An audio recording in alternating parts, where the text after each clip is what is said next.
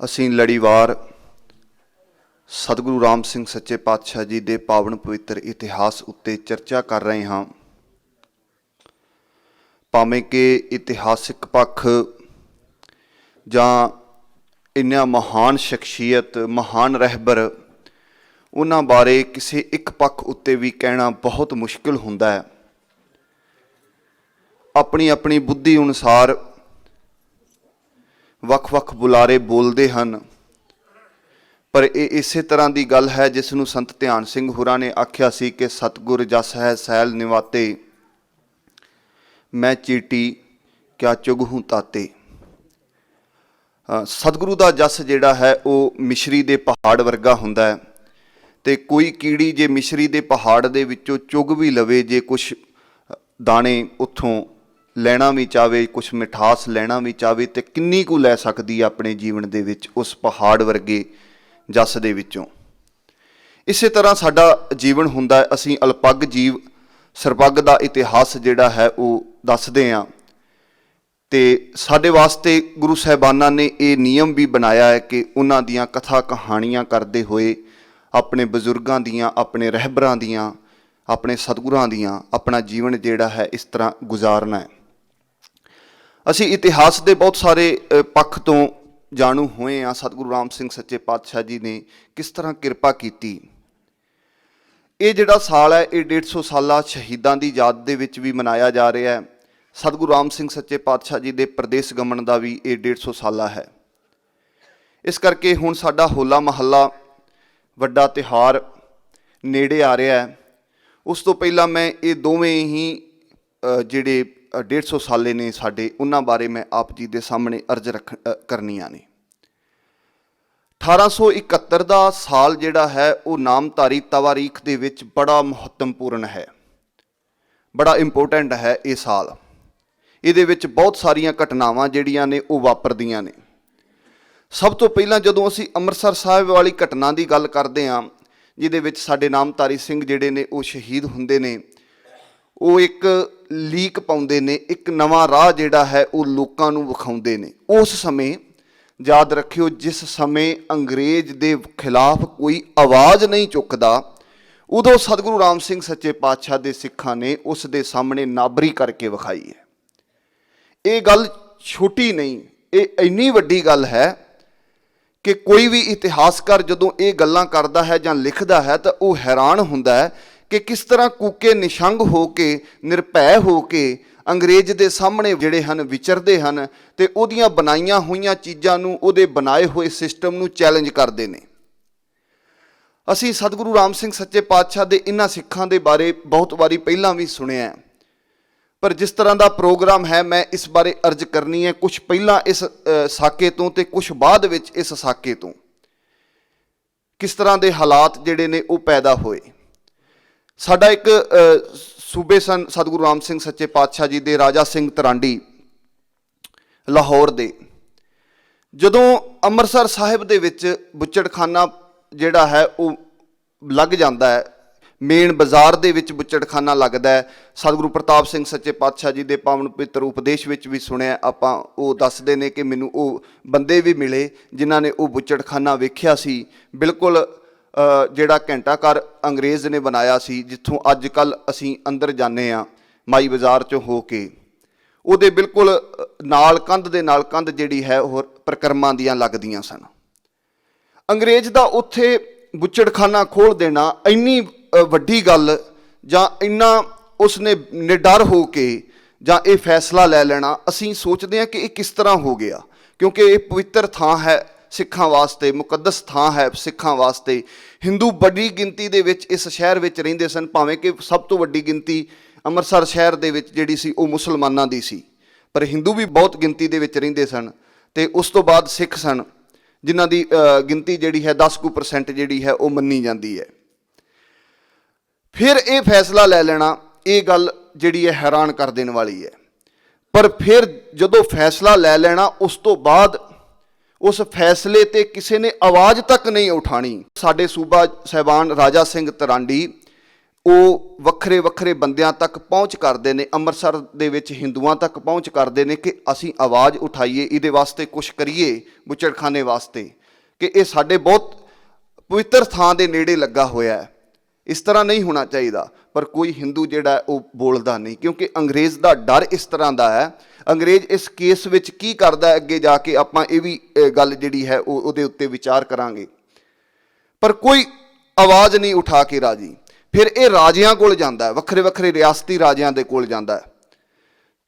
ਪਰ ਰਾਜੇ ਵੀ ਇਸ ਗੱਲ ਨੂੰ ਇਸ ਤਰ੍ਹਾਂ ਲੈਂਦੇ ਨੇ ਕਿ ਅੰਗਰੇਜ਼ ਜਿਹੜਾ ਹੈ ਉਹ ਬਹੁਤ ਸਖਤ ਹੈ, ਅਸੀਂ ਕੁਛ ਨਹੀਂ ਕਰ ਸਕਦੇ। ਸਿੱਖ ਰਿਆਸਤੀ ਰਾਜੇ ਇਹ ਆਵਾਜ਼ ਉਠਾ ਕੇ ਵੀ ਰਾਜੀ ਨਹੀਂ ਕਿ ਅੰਗਰੇਜ਼ ਨੇ ਇਹ ਗਲਤ ਕੀਤਾ ਹੈ। ਕੋਈ ਇਹ ਗੱਲ ਨਹੀਂ ਕਹਿੰਦਾ। ਜੇ ਇੱਕਾ ਦੁੱਕਾ ਹਿੰਦੂ ਜਿਹੜਾ ਹੈ ਵਿਰੋਧ ਕਰਦਾ ਪਿਆ ਤਾਂ ਉਹ ਵਿਰੋਧ ਸਿਰਫ ਉਹਨਾਂ ਦਾ ਇੱਥੋਂ ਤੱਕ ਸੀਮਤ ਹੈ ਕਿ ਅੰਗਰੇਜ਼ ਸਾਨੂੰ ਕੁਛ ਕਹਿ ਨਾ ਦੇਵੇ। ਤੇ ਉਹ ਇੱਕ ਜਿਹੜੀ ਜਿਸ ਤਰ੍ਹਾਂ ਆਪਾਂ ਕਹਿ ਦਈਏ ਇੱਕ ਰੈਲੀ ਕੱਢਦੇ ਨੇ, ਇੱਕ ਹੜਤਾਲ ਕਰਦੇ ਨੇ, ਉਹ ਇੱਕ ਸੇਫ ਜਿਹੜਾ ਹੈ ਉਹ ਉਸ ਨੂੰ ਕਰ ਰਹੇ ਨੇ ਸਾਰਾ ਕੁਝ, ਵੀ ਅੰਗਰੇਜ਼ ਦੀ ਕਰੋਪੀ ਨਿਗਾਹ ਜਿਹੜੀ ਹੈ ਸਾਡੇ ਵੱਲ ਨਾ ਹੋ ਜੇ। ਇੱਕ ਵਾਰੀ ਇਹ ਸਾਰਾ ਕੁਝ ਜਿਹੜਾ ਹੈ ਉਹ ਗੰਭੀਰ ਮੁੱਦੇ ਤੱਕ ਵੀ ਪਹੁੰਚਦਾ ਹੈ। ਪਰ ਅੰਗਰੇਜ਼ ਅਫਸਰ ਅੰਮ੍ਰਿਤਸਰ ਸਾਹਿਬ ਆਣ ਕੇ ਇਹ ਗੱਲ ਰੱਖਦੇ ਨੇ ਕਿ ਕੋਈ ਕਿਸੇ ਦੇ ਧਰਮ ਦੇ ਬਾਰੇ ਕੋਈ ਬੋਲੇਗਾ ਨਹੀਂ, ਹਰ ਇੱਕ ਨੂੰ ਆਜ਼ਾਦੀ ਹੈ, ਜੋ ਮਰਜ਼ੀ ਕੋਈ ਕਰੇ। ਇਸ ਦੇ ਨਾਲ ਮੁਸਲਮਾਨਾਂ ਨੂੰ ਉਤਸ਼ਾਹ ਮਿਲਦਾ ਹੈ। ਹਜੇ ਕਿ ਹਿੰਦੁਸਤਾਨ ਦੇ ਵਿੱਚ ਬਹੁਤ ਸਾਰੀਆਂ ਰਿਆਸਤਾਂ ਇਸ ਤਰ੍ਹਾਂ ਦੀਆਂ ਨੇ ਜਿੱਥੇ ਮੁਸਲਮਾਨ ਨਵਾਬ ਸਨ, ਪਰ ਉੱਥੇ ਵੀ ਇਹ ਘਟਨਾਵਾਂ ਸਾਹਮਣੇ ਨਹੀਂ ਆਉਂਦੀਆਂ। ਇਸ ਤਰ੍ਹਾਂ ਦੀਆਂ ਘਟਨਾਵਾਂ ਸਾਹਮਣੇ ਨਹੀਂ, ਹੈਦਰਾਬਾਦ ਦੀ ਗੱਲ ਆਪਾਂ ਕਰ ਸਕਦੇ ਹਾਂ, ਇਸ ਤਰ੍ਹਾਂ ਦੀਆਂ ਘਟਨਾਵਾਂ ਸਾਹਮਣੇ ਨਹੀਂ ਆਉਂਦੀਆਂ। ਪਰ ਇਹ ਕਿਉਂ ਲੱਗੇ ਬੁੱਚੜਖਾਨੇ? ਇਹਦੇ ਵਿੱਚ ਸਾਡੇ ਜਿਹੜੇ ਇਤਿਹਾਸਕਾਰ ਨੇ, ਵਾਰਤਕਕਾਰ ਹੈ ਭਾਈ ਸੰਤੋਖ ਸਿੰਘ, ਜਾਂ ਸਾਡਾ ਪਹਿਲਾ ਬਾਬਾ ਚੰਦਾ ਹੈ ਕਵੀ, ਉਹ ਇਹ ਦੋਵੇਂ ਹੀ ਸਪਸ਼ਟ ਨੇ ਇਸ ਗੱਲ ਦੇ ਉੱਤੇ, ਕਿਉਂਕਿ ਇਹ ਉਹ ਸਮਕਾਲੀ ਹੀ ਨੇ ਲਗਭਗ ਦੋਵੇਂ ਹੀ, ਤੇ ਇਹ ਸਪਸ਼ਟ ਨੇ ਇਸ ਗੱਲ ਦੇ ਉੱਤੇ ਕਿ ਇਹ ਮੁਸਲਮਾਨਾਂ ਵੱਲੋਂ ਲਾਏ ਗਏ ਨਹੀਂ। ਉਹ ਬਾਬਾ ਚੰਦਾ ਤੇ ਕਹਿੰਦਾ ਇਹ ਮਲੇਸ਼ ਨੰਦਨੋਂ ਆਏ, ਇਹਨਾਂ ਬੁੱਚੜਖਾਨੇ ਲਾਏ। ਭਾਈ ਸੰਤੋਖ ਸਿੰਘ ਕਹਿੰਦਾ ਕਿ ਇਹਨਾਂ ਲੰਡਨ ਤੋਂ ਆ ਕੇ ਇਹਨਾਂ ਨੇ, ਅੰਗਰੇਜ਼ਾਂ ਨੇ ਇਹ ਸਾਡੇ ਬੁੱਚੜਖਾਨੇ ਲਾ ਦਿੱਤੇ। ਫਿਰ ਅਸੀਂ ਜੰਗਨਾਮੇ ਦਾ ਕਵੀ ਜਿਹੜਾ ਸ਼ਾਹ ਮੁਹੰਮਦ ਹੈ, ਉਹ ਇਸ ਸਾਰੀ ਸੀਨ ਨੂੰ ਇਹ ਪਹਿਲਾਂ ਹੀ ਬਿਆਨ ਕਰ ਚੁੱਕਿਆ ਕਿ ਇਹ ਜੋ ਕੁਛ ਵੀ ਸੁਸਾਇਟੀ ਦੇ ਵਿੱਚ ਹੋ ਰਿਹਾ ਇਹ ਅੰਗਰੇਜ਼ ਦਾ ਕੀਤਾ ਕਰਾਇਆ ਹੈ। ਤੇ ਉਹ ਇਸ ਗੱਲ ਨੂੰ ਕਹਿੰਦਾ ਰਾਜੀ ਬਹੁਤ ਰਹਿੰਦੇ ਮੁਸਲਮਾਨ ਹਿੰਦੂ, ਕਦੇ ਨਹੀਂ ਸੀ ਕੋਈ ਆਫਾਤ ਆਈ, ਸ਼ਾਹ ਮੁਹੰਮਦਾ ਵਿੱਚ ਪੰਜਾਬ ਦੇ ਕਦੇ ਨਹੀਂ ਸੀ ਤੀਸਰੀ ਜਾਤ ਆਈ। ਉਹ ਇਹ ਗੱਲ ਲਿਖ ਕੇ ਸਪਸ਼ਟ ਕਰ ਦਿੰਦਾ ਹੈ ਕਿ ਇਹ ਜਿਹੜੀਆਂ ਦੋ ਸਾਡੇ ਆਪਸੀ ਜਿਹੜੇ ਰਿਸ਼ਤੇ ਸਨ, ਭਾਈਚਾਰਾ ਸੀ ਜਿਹੜਾ, ਉਹਦੇ ਵਿੱਚ ਦੁਫੇੜ ਪਾਉਣ ਵਾਲਾ ਜਾਂ ਉਹਦੇ ਵਿੱਚ ਫਾਟਕ ਪਾਉਣ ਵਾਲਾ ਜਿਹੜਾ ਉਹ ਤੀਸਰੀ ਜਾਤ ਭਾਵ ਅੰਗਰੇਜ਼ ਜਿਹੜਾ ਈਸਾਈ ਮਤ ਨਾਲ ਸੰਬੰਧਿਤ ਉਹ ਅੰਗਰੇਜ਼ ਆਉਂਦਾ ਹੈ। ਅੰਗਰੇਜ਼ ਬੁੱਚੜਖਾਨਿਆਂ ਦੇ ਲਾਇਸੈਂਸ ਜਿੱਥੇ ਵੰਡਦਾ ਉੱਥੇ ਮੁਸਲਮਾਨਾਂ ਨੂੰ ਉਤਸ਼ਾਹ ਕਰਦਾ ਕਿ ਤਗੜੇ ਹੋ ਜਾਓ, ਕੋਈ ਗੱਲ ਨਹੀਂ, ਤੁਹਾਨੂੰ ਕੋਈ ਵਾਹ ਵੱਲ ਵੀ ਨਹੀਂ ਵੇਖ ਸਕਦਾ। ਮੁਸਲਮਾਨ ਜੇ ਸਪਸ਼ਟ ਹੋ ਕੇ ਉਸ ਸਮੇਂ ਦੀਆਂ ਅਖਬਾਰਾਂ ਦੇ ਵਿੱਚ ਇਹ ਬਿਆਨ ਦਿੰਦੇ ਨੇ ਕਿ ਯਾਦ ਰੱਖਿਓ 60,000 ਤੋਂ ਵੱਧ ਗਿਣਤੀ ਹੈ ਸਾਡੀ ਅੰਮ੍ਰਿਤਸਰ ਦੇ ਵਿੱਚ। ਉਹ ਸਾਫ਼ ਤੌਰ ਦੇ ਉੱਤੇ ਇਹ ਬਿਆਨ ਉਹਨਾਂ ਦੇ ਅਖਬਾਰਾਂ 'ਚ ਛਪਦੇ ਨੇ ਕਿ 60,000 ਤੋਂ ਵੱਧ ਗਿਣਤੀ ਹੈ, ਜੇ ਕੋਈ ਬੋਲਿਆ ਤੇ ਅਸੀਂ ਵੀ ਬੋਲਾਂਗੇ, ਫਿਰ ਅਸੀਂ ਵੀ ਦੱਸਾਂਗੇ ਕਿ ਕਿਸ ਤਰ੍ਹਾਂ ਸਾਡੇ ਖਿਲਾਫ ਕੋਈ ਬੋਲਦਾ। ਕੋਈ ਜਦੋਂ ਹਿੱਲਦਾ ਵੀ ਨਹੀਂ ਪਿਆ, ਕੋਈ ਇਸ ਬਾਰੇ ਸੋਚਦਾ ਵੀ ਨਹੀਂ ਪਿਆ ਕਿ ਇਹ ਬੁੱਚੜਖਾਨਾ ਬੰਦ ਕਰਾਉਣਾ ਹੈ ਜਾਂ ਇਸ ਨੂੰ ਰੋਕਣਾ ਹੈ। ਅੰਗਰੇਜ਼ ਦੀ ਇਸ ਬਣਾਈ ਹੋਈ ਇਹ ਜੋ ਕੁਛ ਹੈ, ਇਸ ਸਿਸਟਮ ਨੂੰ ਚੈਲੰਜ ਕਰਨਾ ਹੈ, ਉਹ ਕੋਈ ਸੋਚਦਾ ਵੀ ਨਹੀਂ ਪਿਆ। ਉਸ ਸਮੇਂ ਨਾਮਧਾਰੀ ਸਿੰਘ ਜਿਹੜੇ ਨੇ ਉਹ ਉੱਠਦੇ ਨੇ। ਉਹਨਾਂ ਦੀ ਗਿਣਤੀ ਅੰਮ੍ਰਿਤਸਰ ਦੇ ਵਿੱਚ ਬਹੁਤੀ ਨਹੀਂ। ਜੇ ਤੇ ਅਸੀਂ ਇਤਿਹਾਸਕ ਪੱਖ ਤੋਂ ਡਾਕੂਮੈਂਟਸ ਵੇਖੀਏ ਤਾਂ ਜਿਹੜੇ ਆਪਾਂ ਨੂੰ ਨਾਮਧਾਰੀ ਘਰ ਲੱਭਦੇ ਨੇ ਅੰਮ੍ਰਿਤਸਰ ਦੇ ਵਿੱਚ ਉਹ 7-8 ਤੋਂ ਵੱਧ ਨਹੀਂਗੇ ਅੰਮ੍ਰਿਤਸਰ ਸ਼ਹਿਰ ਦੇ ਵਿੱਚ। ਤੇ ਉਸ ਤੋਂ ਬਾਅਦ ਨੇੜੇ ਤੇੜੇ ਦੇ ਨਗਰਾਂ ਦੇ ਵਿੱਚ ਨਾਮਧਾਰੀ ਸਿੰਘ ਹੈਗੇ ਨੇ। ਇਹ ਗਿਣਤੀ ਆਟੇ ਦੇ ਵਿੱਚ ਲੂਣ ਦੇ ਬਰਾਬਰ ਹੈ। ਪਰ ਇਹਨਾਂ ਸਿੰਘਾਂ ਨੂੰ ਜਦੋਂ ਉਹ ਇਸ਼ਨਾਨ ਕਰਨ ਆਉਂਦੇ ਨੇ, ਜਦੋਂ ਆਪਣੇ ਉਸ ਧਾਰਮਿਕ ਅਸਥਾਨ ਦੇ ਦਰਸ਼ਨ ਕਰਨ ਵਾਸਤੇ ਆਉਂਦੇ ਨੇ, ਤਾਂ ਇੱਕ ਮਨ ਦੇ ਵਿੱਚ ਇਹ ਗੱਲ ਹੈ ਕਿ ਜੇ ਜੀਵੈ ਪਤ ਲੱਥੀ ਜਾਏ, ਸਭ ਹਰਾਮ ਜੇਤਾ ਕਿਛ ਖਾਏ। ਫਿਰ ਹਰਾਮ ਹੈ ਜੇ ਸਾਡੀ ਜਿਉਂਦਿਆਂ ਹੀ ਸਾਡੀ ਪੱਤ ਸਾਡੇ ਘਰਾਂ ਦੇ ਵਿੱਚ ਹੀ ਇਹ ਕੁਛ ਹੋਣਾ। ਅੰਮ੍ਰਿਤਸਰ ਦੇ ਵਿੱਚ ਫੇਰੀ ਲਾਉਣ ਵਾਲੇ ਮੁਸਲਮਾਨ ਗਊ ਦਾ ਮਾਸ ਵਾਜਾਂ ਮਾਰ ਮਾਰ ਕੇ ਵੇਚਦੇ ਰਹੇ, ਪਰ ਕਿਸੇ ਨੇ ਆਵਾਜ਼ ਤੱਕ ਨਹੀਂ ਉਠਾਈ। ਅੱਜ ਬਹੁਤ ਸਾਰੀਆਂ ਗੱਲਾਂ ਜਿਹੜੀਆਂ ਨੇ ਉਹ ਕੀਤੀਆਂ ਜਾਂਦੀਆਂ ਨੇ, ਉਂਗਲਾਂ ਤੇ ਚੀਚੀਆਂ ਤੇ ਖੂਨ ਲਾ ਕੇ ਸ਼ਹੀਦ ਵੀ ਐਲਾਨੇ ਜਾਂਦੇ ਨੇ ਸਮਾਜ ਦੇ ਵਿੱਚ। ਪਰ ਉਹਨਾਂ ਲੋਕਾਂ ਦਾ ਜੀਵਨ ਕੁਛ ਹੋਰ ਤਰ੍ਹਾਂ ਦਾ ਸੀ। ਉਹਨਾਂ ਨੇ ਤਿਆਰੀ ਕੀਤੀ ਕਿ ਆਪਾਂ ਇਸ ਨੂੰ ਰੋਕਣਾ ਹੈ। ਤਿਆਰੀ ਦੇ ਵਿੱਚ ਜਿਹੜੇ ਬੰਦੇ ਸਨ ਉਹਨਾਂ ਦੀ ਇੱਕ ਵੱਡੀ ਫਰਿਸਤ ਹੈ, ਵੱਡੀ ਲਿਸਟ ਹੈ ਜਿਨ੍ਹਾਂ ਦਾ ਨਾਮ ਲਿਆ ਜਾ ਸਕਦਾ ਹੈ, ਜਿਹਦੇ ਵਿੱਚ ਸੂਬਾ ਰਾਜਾ ਸਿੰਘ ਤਰਾਂਡੀ ਨੇ, ਜਿਹਦੇ ਵਿੱਚ ਲਹਿਣਾ ਸਿੰਘ ਹੈ, 2 ਲਹਿਣਾ ਸਿੰਘ ਨੇ, ਇੱਕ ਲਹਿਣਾ ਸਿੰਘ ਤਰਖਾਣ, ਇੱਕ ਲਹਿਣਾ ਸਿੰਘ ਜੱਟ। ਇਹ 2 ਲਹਿਣਾ ਸਿੰਘ ਨੇ ਇਸ ਸਾਕੇ ਦੇ ਵਿੱਚ। ਇੱਕ ਫਤਿਹ ਸਿੰਘ ਭਾਟੜਾ ਹੈ, ਇੱਕ ਹਾਕਮ ਸਿੰਘ ਮੌੜ ਹੈ, ਬ੍ਰਾਹਮਣ ਹੈ। ਇਹ ਬੰਦੇ ਜਿਹੜੇ ਨੇ ਇਹ ਤਿਆਰ ਹੁੰਦੇ ਨੇ। ਬੀਲਾ ਸਿੰਘ ਨਾਰਲੀ ਹੈ, ਨਿਹਾਲ ਸਿੰਘ ਦਾ ਪੁੱਤਰ, ਇਹ ਵੀ ਇਹਦੇ ਵਿੱਚ ਸਾਕੇ ਦੇ ਵਿੱਚ ਹੈ। ਇਸ ਤੋਂ ਬਿਨਾਂ ਭਗਵਾਨ ਸਿੰਘ ਅੜਬੰਗੀ ਦਾ ਨਾਮ ਲਿਆ ਜਾਂਦਾ ਹੈ, ਜਵਾਹਰ ਸਿੰਘ ਦਾ ਨਾਮ ਲਿਆ ਜਾਂਦਾ ਹੈ, ਖੁਸ਼ਹਾਲ ਸਿੰਘ ਦਾ ਨਾਮ ਲਿਆ ਜਾਂਦਾ ਹੈ। ਇਹ ਬੰਦੇ ਕੁਛ ਜਿਹੜੇ ਮੀਟਿੰਗਾਂ ਕਰਦੇ ਪਏ ਨੇ, ਜਿਹਨੇ ਗੁਪਤ ਰੂਪ ਦੇ ਵਿੱਚ ਇਹ ਜਿਹੜੀਆਂ ਤਿਆਰੀਆਂ ਨੇ ਇਹ ਫਤਿਹ ਸਿੰਘ ਭਾਟੜਾ ਦੀ ਦੁਕਾਨ 'ਤੇ ਹੋ ਰਹੀਆਂ ਨੇ ਜਾਂ ਲਹਿਣਾ ਸਿੰਘ ਦੀ ਦੁਕਾਨ ਦੇ ਉੱਤੇ ਹੋ ਰਹੀਆਂ ਨੇ। ਇਹ ਦੁਕਾਨਾਂ ਕਚਹਿਰੀ ਦੇ ਨੇੜੇ ਨੇ, ਪੁਰਾਣੀ ਕਚਹਿਰੀ ਦੇ। ਇਹ ਉੱਥੇ ਜਿਹੜੀ ਹੈ ਉਹ ਤਿਆਰੀ ਹੋ ਰਹੀ ਹੈ। ਤਿਆਰੀ ਤੋਂ ਬਾਅਦ ਇਹਨਾਂ ਨੇ 2 ਵਾਰੀ ਇੱਕ ਅਸਫਲ ਯਤਨ ਵੀ ਕੀਤਾ। ਇਹ ਰਾਤ ਨੂੰ ਜਦੋਂ ਆਣ ਕੇ ਮਿਲਦੇ ਨੇ, ਜਿੱਥੇ ਅੱਜ ਕੱਲ੍ਹ ਖਾਲਸਾ ਕਾਲਜ ਹੈ, ਇਹ ਥਾਂ ਵੀਰਾਨ ਪਈ ਸੀ। ਇੱਥੇ ਕੁਛ ਇੱਕ ਭੱਠਾ ਸੀ, ਮੀਆਂ ਮੁਹੰਮਦ ਨਾਂ ਕਰਕੇ ਆਉਂਦਾ, ਇੱਕ ਬਾਗ ਸੀ, ਉਹ ਜਗ੍ਹਾ ਆਉਂਦੀ ਹੈ। ਉੱਥੇ ਰਾਤ ਨੂੰ ਮਿਲਦੇ ਵੀ ਨੇ, ਉੱਥੇ ਰਾਤ ਨੂੰ ਇਹ ਸਲਾਹ ਮਸ਼ਵਰਾ ਵੀ ਕਰਦੇ ਨੇ ਕਿ ਆਪਾਂ ਕੁਛ ਕਰੀਏ। ਪਰ 2-3 ਵਾਰੀ ਇਹਨਾਂ ਦਾ ਯਤਨ ਜਿਹੜਾ ਹੈ ਅਸਫਲ ਹੁੰਦਾ ਹੈ। ਸਾਰਾ ਕੁਛ ਪਲੈਨਿੰਗ ਦੇ ਵਿੱਚ ਹੈ। ਯਾਦ ਰੱਖਿਓ, ਇਹਨਾਂ ਨੇ ਇੰਨੀ ਜ਼ਬਰਦਸਤ ਪਲੈਨਿੰਗ ਕੀਤੀ ਕਿਉਂਕਿ ਇਹਨਾਂ ਨੂੰ ਵੀ ਪਤਾ ਸੀ ਕਿ ਕੱਲ੍ਹ ਨੂੰ ਜਦੋਂ ਇਨਕੁਆਇਰੀਆਂ ਬੈਠਣੀਆਂ ਨੇ, ਕੱਲ੍ਹ ਨੂੰ ਜਦੋਂ ਤਫਤੀਸ਼ਾਂ ਹੋਣੀਆਂ ਨੇ, ਕੱਲ੍ਹ ਨੂੰ ਜਦੋਂ ਅੰਗਰੇਜ਼ ਅਫਸਰ ਪਾਣੀ ਵੀ ਫੂਕ ਫੂਕ ਕੇ ਪੀਣਗੇ ਤਾਂ ਬਹੁਤ ਸਾਰਾ ਕੁਛ ਜਿਹੜਾ ਹੈ ਉਹ ਸਾਹਮਣੇ ਹੋਣਾ ਹੈ।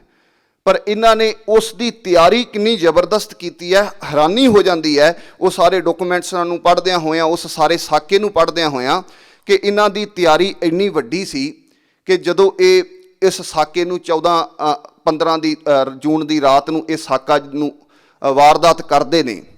ਵਾਰਦਾਤ ਕਰਨ ਤੋਂ ਬਾਅਦ ਲਾਲ ਸਿੰਘ ਜਿਹੜਾ ਹੈ ਸਿਪਾਹੀ, ਉਹ ਪੁਲਿਸ ਲਾਈਨ ਦੇ ਵਿੱਚੋਂ ਇਹਨਾਂ ਨੂੰ ਤਲਵਾਰਾਂ ਲਿਆ ਕੇ ਦਿੰਦਾ। ਕੁਛ ਘਰੇਲੂ ਹਥਿਆਰ ਜਿਵੇਂ ਸਫਾ ਜੰਗ ਵਗੈਰਾ, ਗੰਡਾਸੇ, ਇਹ ਇਹਨਾਂ ਦੇ ਕੋਲ ਨੇ।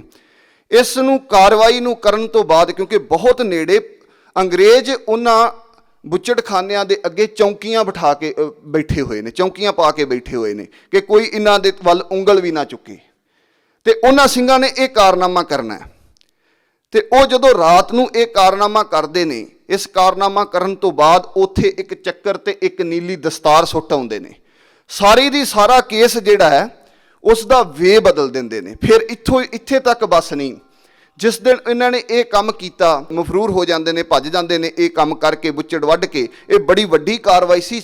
ਹਿੰਦੂ ਲੋਕ ਖੁਸ਼ ਹੁੰਦੇ ਨੇ, ਬਹੁਤ ਸਾਰੇ ਸਿੱਖ ਖੁਸ਼ ਹੁੰਦੇ ਨੇ ਕਿ ਇਹ ਕੰਮ ਹੋ ਗਿਆ, ਪਰ ਕੋਈ ਉੱਚੀ ਆਵਾਜ਼ ਦੇ ਵਿੱਚ ਆਪਣੀ ਖੁਸ਼ੀ ਵੀ ਜ਼ਾਹਰ ਨਹੀਂ ਕਰ ਸਕਦਾ। ਪਰ ਅੰਦਰੋਂ ਅੰਦਰ ਹੀ ਇਹ ਖੁਸ਼ੀ ਹੈ ਵੀ ਭਾਵੇਂ ਕਿਸੇ ਨੇ ਵੀ ਕੀਤਾ ਹੈ ਪਰ ਚੰਗਾ ਹੋ ਗਿਆ, ਕੋਈ ਵੀ ਕਰ ਗਿਆ। ਆਪਣੇ ਅੰਦਰੋਂ ਦੁਆਵਾਂ ਦਿੰਦੇ ਨੇ ਵੀ ਕਰਨ ਵਾਲਿਓ, ਤੁਹਾਨੂੰ ਜਿਹੜਾ ਰਾਮ ਹੈ, ਜਿਹੜਾ ਕ੍ਰਿਸ਼ਨ ਹੈ, ਉਹ ਤੁਹਾਨੂੰ ਜ਼ਿੰਦਗੀ ਦੇਵੇ।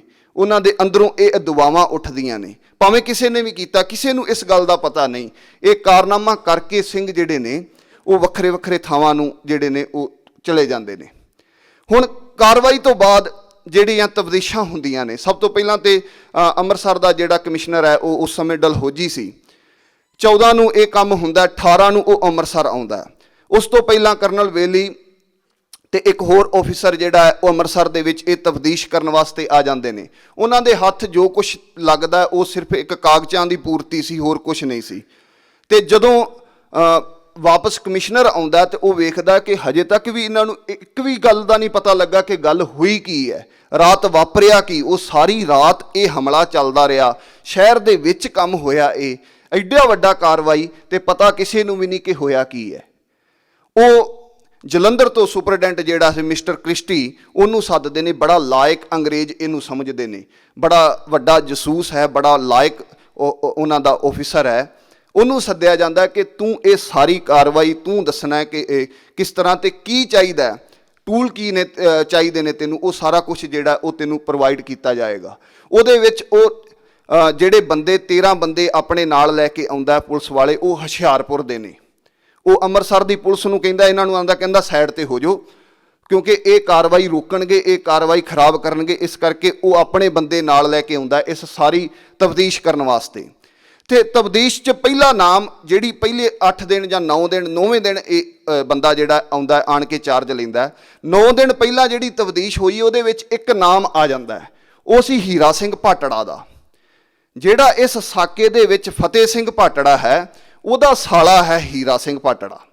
ਉਹਦਾ ਨਾਮ ਇਸ ਕਰਕੇ ਆ ਜਾਂਦਾ ਹੈ ਕਿ ਉਹ ਰੇਕੀ ਕਰਦਾ ਹੋਇਆ, ਕਿਉਂਕਿ ਇੱਕ ਪਲੈਨਿੰਗ ਸੀ ਉਹਨਾਂ ਦੀ ਬੜੀ ਵੱਡੀ, ਉਹ ਰੇਕੀ ਕਰਦਾ ਹੋਇਆ ਕਈ ਗੇੜੇ ਉਹ ਪੁਲਿਸ ਚੌਂਕੀ ਦੇ ਲਾਉਂਦਾ ਹੈ, ਬੁੱਚੜਖਾਨੇ ਦੇ ਲਾਉਂਦਾ ਹੈ, ਤੇ ਉਹਦੇ ਵਿੱਚ ਉਹ ਸ਼ੱਕ ਦੇ ਵਿੱਚ ਵੀ ਉਹ ਬੰਦਾ ਬੜੇ ਗੇੜੇ ਮਾਰ ਕੇ ਗਿਆ ਇਹਨਾਂ ਦਿਨਾਂ ਦੇ ਵਿੱਚ, ਇਸ ਕਰਕੇ ਉਹਦਾ ਨਾਮ ਆਉਂਦਾ ਹੈ। ਸਭ ਤੋਂ ਪਹਿਲਾਂ ਕ੍ਰਿਸਟੀ ਜਿਹੜਾ ਹੀਰਾ ਸਿੰਘ ਭਾਟੜਾ ਨੂੰ ਚੁੱਕਦਾ ਹੈ। ਹੀਰਾ ਸਿੰਘ ਭਾਟੜਾ ਇਸ ਕੇਸ ਦਾ ਐਸਾ ਕਰੈਕਟਰ ਹੈ ਜਿਹਨੂੰ ਸਾਰਾ ਪਤਾ ਸੀ ਕਿ ਕੀ ਹੋਇਆ, ਕਿੰਨਾ ਨੇ ਕੀਤਾ, ਪਰ ਉਸ ਬੰਦੇ ਦੀ ਚਲਾਕੀ ਵੇਖੋ, ਉਸ ਬੰਦੇ ਦਾ ਇਸ ਮੂਵਮੈਂਟ ਦੇ ਵਿੱਚ ਇੰਜ ਕਹਿ ਸਕਦੇ ਹਾਂ ਕਿ ਉਹਦਾ ਯੋਗਦਾਨ ਵੇਖੋ ਕਿ ਉਹ ਸਾਰਾ ਵੇ ਹੀ ਬਦਲ ਦਿੰਦਾ, ਇਨਕੁਆਇਰੀ ਦਾ ਸਾਰਾ ਵੇ ਬਦਲ ਦਿੰਦਾ। ਉਸ ਬੰਦੇ ਨੂੰ ਸਾਰਾ ਪਤਾ ਸੀ ਕਿਹੜੇ ਕਿਹੜੇ ਬੰਦੇ, ਕਿਉਂਕਿ ਉਹ ਉਸ ਦੇ ਵਿੱਚ ਜਦੋਂ ਪਲੈਨਿੰਗਾਂ ਹੋ ਰਹੀਆਂ ਨੇ ਉਹਦੇ ਵਿੱਚ ਰੇਕੀ ਉਹ ਕਰਦਾ ਪਿਆ ਵੀ ਕਿੰਨੇ ਬੰਦੇ ਬੁੱਚੜਖਾਨੇ ਵਿੱਚ ਨੇ, ਕਿੰਨੇ ਬੰਦੇ ਚੌਂਕੀ ਦੇ ਵਿੱਚ ਨੇ, ਕਿੰਨਾਂ ਨਾਲ ਸਾਨੂੰ ਲੜਨਾ ਪਵੇਗਾ, ਕਿਹੜੇ ਬੰਦੇ ਉਸ ਸਮੇਂ ਉੱਠਣਗੇ, ਉਹ ਸਾਰਾ ਕੁਝ ਉਹਨੇ ਵੇਖਿਆ ਸੀ, ਤੇ ਇਸੇ ਕਰਕੇ ਉਹਦਾ ਨਾਮ ਆ ਗਿਆ। ਉਹ ਇੱਕ ਆਇਆ ਨਾਮ ਦਾ ਬੰਦਾ ਹੈ, ਉਹਦਾ ਨਾਂ ਲੈ ਦਿੰਦਾ। ਜਦੋਂ ਹੀਰਾ ਸਿੰਘ ਭਾਟੜਾ ਦੇ ਉੱਤੇ ਕ੍ਰਿਸਟੀ ਜਿਹੜਾ ਉਹ ਸਖਤੀ ਕਰਦਾ, ਸਖਤੀ ਇੰਨੀ ਜ਼ਿਆਦਾ ਕਰਦਾ, ਉਹ ਕਹਿੰਦਾ ਕਿ ਮੈਂ ਵਾਦਾ ਮੁਆਫ ਬਣ ਜਾਂਦਾ, ਮੈਂ ਦੱਸ ਦਿੰਦਾ ਵੀ ਕਿਹੜਾ ਬੰਦੇ ਨੇ। ਹੁਣ ਦੂਸਰੇ ਬੰਨੇ ਫਤਿਹ ਸਿੰਘ ਭਾਟੜਾ ਜਿਹੜਾ ਹੈ ਉਹਦਾ ਜੀਜਾ ਹੈ, ਉਹ ਉਧਰਲੇ ਬੰਨੇ ਜਿਹੜੀ ਹੈ ਉਹ ਕਾਰਵਾਈ ਜਾਣ ਹੀ ਨਹੀਂ ਦਿੰਦਾ। ਉਹ ਇੱਕ ਬੰਦੇ ਦਾ ਨਾਮ ਹੋਰ ਅੰਮ੍ਰਿਤਸਰ ਦੇ ਵਿੱਚੋਂ ਲੈਂਦਾ ਜਿਹਦਾ ਨਾਂ ਆਇਆ ਆਉਂਦਾ, ਉਹ ਵੀ ਬੁਲਾ ਲਿਆ ਜਾਂਦਾ, ਉਹਦੇ ਤੇ ਤਸ਼ੱਦਦ ਢਾਇਆ ਜਾਂਦਾ। ਤਸ਼ੱਦਦ ਐਡਾ ਵੱਡਾ ਹੈ ਕਿ ਉਹਨਾਂ ਬੰਦਿਆਂ ਨੇ ਮੌਤ ਕਬੂਲ ਕਰਨੀ ਚਾਹੀ। ਉਸ ਤਸ਼ੱਦਦ ਤੋਂ ਅਣਮਨੁੱਖੀ ਤਸੀਹੇ ਜਿਹੜੇ ਉਹਨਾਂ ਨੂੰ ਦਿੱਤੇ ਜਾ ਰਹੇ ਨੇ ਉਹ ਇੰਨੇ ਜ਼ਬਰਦਸਤ ਨੇ ਕਿ ਸਾਰਾ ਦਿਨ ਕੁੱਟਦੇ ਨੇ, ਸਾਰਾ ਦਿਨ ਪੁਲਿਸ ਜਿਹੜੀ ਹੈ ਸਖਤੀ ਕਰਦੀ ਹੈ, ਤੇ ਰਾਤ ਨੂੰ ਜਿੱਥੇ ਉਹਨਾਂ ਦਾ ਕਮਰਾ ਹੈ ਉਹਦੇ ਵਿੱਚ ਮਿਰਚਾਂ ਦੀ ਜਿਹੜੀ ਹੈ ਧੂਣੀ ਲਾ ਦਿੱਤੀ ਜਾਂਦੀ ਹੈ ਕਿ ਇਹ ਕਿਸੇ ਪਲ ਵੀ ਜਿਹੜਾ ਹੈ ਚੈਨ ਨਾਲ ਬਹਿ ਨਾ ਸਕਣ। ਉਹ ਬੰਦੇ ਜ਼ਿੰਦਗੀ ਤੋਂ ਤੰਗ ਆ ਜਾਂਦੇ ਨੇ ਕਿ ਮੌਤ ਜਿਹੜੀ ਹੈ ਕਬੂਲ ਕਰ ਲਓ। ਦੂਜਾ ਗੱਲ ਇਹ ਵੀ ਹੈ ਕਿ ਅੰਦਰੋਂ ਅੰਦਰੀ ਸਾਰੇ ਲੋਕ ਖੁਸ਼ ਨੇ, ਤੇ ਭਾਵੇਂ ਉਹ ਤਸੀਹੇ ਚੱਲਦੇ ਪਏ ਨੇ, ਦੁੱਖ ਚੱਲਦੇ ਪਏ ਨੇ, ਪਰ ਇਹ ਵੀ ਗੱਲ ਹੈ ਕਿ ਲੋਕ ਉਹਨਾਂ ਨੂੰ ਹੀਰੋ ਵਾਂਗੂ ਮੰਨ ਰਹੇ ਨੇ। ਜਿਹੜੇ ਬੰਦੇ ਫੜੇ ਜਾ ਰਹੇ ਨੇ ਉਹਨਾਂ ਨੂੰ ਹੀਰੋ ਵਾਂਗੂ ਮੰਨ ਰਹੇ ਨੇ। ਲੋਕ ਸਮਝਦੇ ਪਏ ਨੇ ਕਿ ਇਹ ਲੋਕ ਨੇ ਜਿਨ੍ਹਾਂ ਨੇ ਇਹ ਕਾਰਵਾਈ ਕੀਤੀ, ਭਾਵੇਂ ਕਿ ਅੰਗਰੇਜ਼ ਸਖਤੀ ਕਰਦਾ ਪਿਆ। ਆਇਆ ਦਾ ਨਾਮ ਆਉਂਦਾ, ਆਇਆ ਇੱਕ ਤੀਜੇ ਬੰਦੇ ਦਾ ਨਾਮ ਲੈ ਦਿੰਦਾ, ਉਹਦੇ ਵਿੱਚ ਸ਼ਹਿਰ ਦਾ ਇੱਕ ਧਨਾੜ ਸੇਠ ਜਿਹੜਾ ਸੀ ਜੈਰਾਮ, ਉਹਦਾ ਨਾਮ ਆ ਜਾਂਦਾ। ਇਹ 3 ਬੰਦੇ ਵਾਦਾ ਮੁਆਫ ਬਣਦੇ ਨੇ। 3 ਬੰਦੇ ਅੱਗਾ 12 ਬੰਦਿਆਂ ਦਾ ਨਾਮ ਲੈਂਦੇ ਨੇ, ਕੋਈ ਕਿਸੇ ਨੂੰ ਪਤਾ ਨਹੀਂ ਕਿ ਕਿਉਂ ਆ। ਉਹ ਜਦੋਂ ਜ਼ੁਲਮ ਹੋ ਰਿਹਾ, ਜਦੋਂ ਅਣਮਨੁੱਖੀ ਤਸੀਹੇ ਉਹਨਾਂ ਨੂੰ ਦਿੱਤੇ ਜਾ ਰਹੇ ਨੇ, ਤੇ ਉਹ ਜਿਹੜੇ ਬੰਦਿਆਂ ਦਾ ਕੁਝ ਮਸ਼ਹੂਰ ਨੇ, ਕੁਝ ਉਹਨਾਂ ਦੇ ਨਾਮ ਵਾਲੇ ਨੇ, ਜਾਣਦੇ ਨੇ, ਜਿਨ੍ਹਾਂ ਦੇ ਨਾਮ ਉਹਨਾਂ ਨੂੰ ਕੁੱਟਦਿਆਂ ਹੋਇਆਂ ਮਿਲਦੇ ਪਏ ਨੇ, 12 ਦੇ 12 ਬੰਦੇ ਜਿਹੜੇ ਨੇ ਉਹ ਪੁਲਿਸ ਉਹਨਾਂ ਨੂੰ ਫੜ ਲੈਂਦੀ। 3 ਇਹ ਨੇ, 12 ਹੋਰ ਨੇ। ਇਸ ਕੇਸ ਦੇ ਵਿੱਚ ਇੰਨੀ ਸਖਤੀ ਹੋਈ ਕਿ ਇਹ 12 ਬੰਦੇ ਮੰਨ ਗਏ ਕਿ ਅਸੀਂ ਇਹ ਕਾਰਵਾਈ ਕੀਤੀ ਹੈ, ਇਹ ਸਾਰਾ ਇੰਜਾਮ ਅਸੀਂ ਕੀਤਾ। ਪਰ ਜਿਹੜੇ ਅਸਲੀ ਸਨ ਉਹਨਾਂ ਬਾਰੇ ਕਿਸੇ ਨੂੰ ਵੀ ਪਤਾ ਨਹੀਂ ਕਿ ਉਹ ਕੌਣ ਨੇ, ਕੀ ਕੀਤਾ, ਕਿਉਂਕਿ ਹੀਰਾ ਸਿੰਘ ਭਾਟੜਾ ਇਕੱਲਾ ਜਾਣਦਾ, ਤੇ ਹੀਰਾ ਸਿੰਘ ਭਾਟੜਾ ਇਸ ਗੱਲ ਨੂੰ ਜਿਹੜਾ ਇਸ ਤਰ੍ਹਾਂ ਦਬਾਉਂਦਾ ਹੈ ਕਿ ਉਹਦੇ ਮੂੰਹੋਂ ਹੋਰ ਕਿਸੇ ਬੰਦੇ ਦਾ ਨਾਮ ਜਿਹੜਾ ਨਿਕਲਦਾ ਹੀ ਨਹੀਂ। ਇੱਥੋਂ ਤੱਕ ਕਿ ਕ੍ਰਿਸਟੀ ਜਦੋਂ ਇਸ ਸਾਰੀ ਇਨਕੁਆਇਰੀ ਕਰਦਾ ਪਿਆ, ਤਬਦੀਸ਼ ਕਰਦਾ ਪਿਆ, ਕਿਤੇ ਨਾ ਕਿਤੇ, ਕਿਉਂਕਿ ਰਾਏਕੋਟ ਵਾਲਾ ਵੀ ਸਾਕਾ ਵਾਪਰ ਗਿਆ ਜਦੋਂ ਇਹ ਤਬਦੀਸ਼ ਚੱਲਦੀ ਪਈ ਹੈ, ਉਹ ਕਿਤੇ ਨਾ ਕਿਤੇ ਉਹਦਾ ਸ਼ੱਕ ਜਿਹੜਾ ਹੈ ਜਦੋਂ ਨਾਮਧਾਰੀਆਂ ਵੱਲ ਹੁੰਦਾ, ਤੇ ਲਹਿਣਾ ਸਿੰਘ ਹੋਰੀ ਉਹਨੂੰ ਮਿਲ ਕੇ ਇਹ ਗੱਲ ਕਹਿੰਦੇ, 1000 ਰੁਪਈਆ ਨਾਮ ਰੱਖਿਆ ਹੋਇਆ ਸੀ। ਲਹਿਣਾ ਸਿੰਘ ਹਰੀ ਉਹਨੂੰ ਮਿਲ ਕੇ ਇਹ ਗੱਲ ਕਹਿੰਦੇ ਨੇ ਕਿ ਤੂੰ ਚਿੰਤਾ ਨਾ ਕਰ, ਅਸੀਂ ਤੈਨੂੰ ਸਾਰਾ ਦੱਸ ਦਿਆਂਗੇ, ਜਿਹੜੇ ਬੰਦੇ ਵਿੱਚ ਬੈਠੇ ਨੇ, ਜਿਹੜੇ ਬੰਦਿਆਂ ਨੇ ਇਹ ਕਾਰਨਾਮੇ ਕੀਤੇ ਨੇ, ਉਹਨਾਂ ਸਾਰਿਆਂ ਦੱਸ, ਤੂੰ ਇਨਾਮ ਦੀ ਗੱਲ ਕਰ ਵੀ ਇਨਾਮ ਸਾਨੂੰ ਦਵਾਏਗਾ ਜਾਂ ਨਹੀਂ। ਉਹ ਇਨਾਮ ਦੀ ਅਰਜੀ ਲਿਖਣਾ, ਉਹ ਇਹ ਗੱਲ ਕਲੀਅਰ ਕਰ ਦਿੰਦਾ ਕਿ ਇਹਨਾਂ ਨੂੰ ਤੇ ਕੁਝ ਨਹੀਂ ਪਤਾ, ਇਹ ਤੇ ਨਹੀਂ ਜਾਣਦੇ। ਪਰ ਇਹ ਗੱਲ ਕ੍ਰਿਸਟੀ ਨੂੰ ਕਿਤੋਂ ਨਾ ਕਿਤੋਂ ਮਿਲਦੀ ਹੈ ਕਿ ਲਹਿਣਾ ਸਿੰਘ ਦੀ ਦੁਕਾਨ ਦੇ ਵਿੱਚ 20 ਮੀਟਿੰਗਾਂ ਹੋਈਆਂ ਨੇ, ਸਿੰਘ ਆਉਂਦੇ ਰਹੇ ਨੇ, ਨਾਮਧਾਰੀ ਸਿੰਘ ਇੱਥੇ ਇਕੱਠੇ ਹੁੰਦੇ ਰਹੇ ਨੇ, ਇਸ ਤਰ੍ਹਾਂ ਦੀ ਗੱਲ ਉਹਨੂੰ ਮਿਲਦੀ ਹੈ। ਪਰ ਉਹ ਜਦੋਂ ਇਹ ਗੱਲ ਕਹਿ ਦਿੰਦੇ ਨੇ ਕਿ ਸਾਨੂੰ ਇਨਾਮ ਦਵਾ ਦੀ, ਬੰਦੇ ਜਿਹੜੇ ਹੋਰ ਵੀ ਜਿਹੜੇ ਇਹਦੇ ਵਿੱਚ ਨੇ ਉਹ ਅਸੀਂ ਸਾਰੇ ਦੱਸ ਦਿਆਂਗੇ, ਤਾਂ ਉਹ ਕਲੀਅਰ ਹੋ ਜਾਂਦਾ ਕਿ ਇਹਨਾਂ ਨੇ ਨਹੀਂ ਕੀਤਾ ਇਹ ਕੰਮ, ਇਹ ਨਹੀਂ ਕਰ ਸਕਦੇ। ਹੁਣ ਸਾਰੇ ਦਾ ਸਾਰਾ ਕੇਸ ਬਦਲ ਗਿਆ। ਜਿਨ੍ਹਾਂ ਦੇ ਉੱਤੇ ਕੇਸ ਦਰਜ ਸੀ 25 ਜਾਂ 26 ਤਰੀਕ ਨੂੰ ਜੁਲਾਈ ਨੂੰ 1871 ਨੂੰ ਇਹ ਕੇਸ ਸੈਸ਼ਨ ਜੱਜ ਦੇ ਜਿਹੜਾ ਪਹੁੰਚ ਜਾਂਦਾ। ਉਹ ਬੰਦੇ ਜਿਹੜੇ ਨਿਰਦੋਸ਼ ਜਿਹੜੇ ਨੇ ਉਹ ਫੜੇ ਨੇ, ਉਹ ਬੰਦੇ ਜਿਹੜੇ ਨੇ ਉਹ ਪੇਸ਼ ਹੋਣੇ ਸ਼ੁਰੂ ਹੁੰਦੇ ਨੇ, ਉਹਨਾਂ ਦੀਆਂ ਪੇਸ਼ੀਆਂ ਸ਼ੁਰੂ ਹੁੰਦੀਆਂ ਨੇ।